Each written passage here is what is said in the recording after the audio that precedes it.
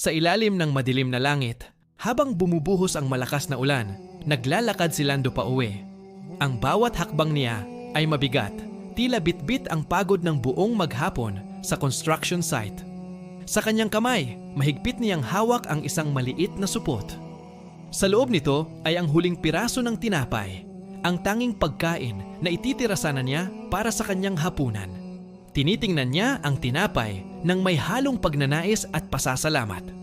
Para sa isang taong walang-wala, ang isang pirasong ito ay tila ba ang pinakamahalagang kayamanan sa mundo. Dahil sa lakas ng ulan, napilitan siyang huminto sa isang luma at madilim na waiting shed. Ngunit hindi siya nag-iisa roon. Sa isang sulok, may isang aninong nanginginig sa ginaw. Isang bata ang nakalupasay sa sahig. Marumi ang kanyang mukha at punit-punit ang suot na damit. Sa bawat panginginig niya, bakas ang matinding gutom na matagal na niyang tinitiis. Napatingin si Lando sa kanyang hawak na tinapay at pagkatapos ay sa bata. Isang malaking pag-aalinlangan ang dumaan sa kanyang isipan. Paano siya kakain kung may nakikita siyang mas nangangailangan?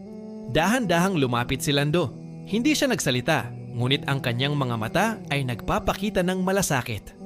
Naupo siya sa tabi ng bata, sa gitna ng malamig na semento. Inilabas niya ang tinapay. Noong una, binalak niyang hatiin ito, ngunit nang makita ang panghihina ng bata, ibinigay niya ang buong piraso. Isang sakripisyong galing sa pusong busilak. Nagulat ang bata. Sa gitna ng mundong tila nakalimot na sa kanya, isang estranghero ang nag-alay ng huling pagkain nito. Dahan-dahan niyang tinanggap ang tinapay at nagsimulang kumain. Habang pinapanood ni Lando ang bata, naramdaman niya ang isang kakaibang gaan ng loob. Ang kanyang sikmura ay maaaring kumakalam, ngunit ang kanyang puso ay biglang nabusog sa saya.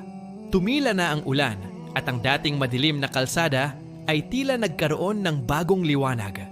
Nagkatinginan ang dalawa. Isang simpleng tango ang nagsilbing pangako ng pag-asa sa isa't isa. Tandaan natin, ang tunay na kabutihan ay hindi nasusukat sa dami ng ibinibigay, kundi sa pagbabahagi ng kung anong mayroon ka, kahit gaano pa ito kakaunti. Naglakad palayo si Lando, dala ang kapayapaang hindi nabibili ng salapi. Dahil sa dulo ng araw, ang pinakamaliit na gawa ng pag-ibig ang siyang pinakamalaking liwanag sa dilim.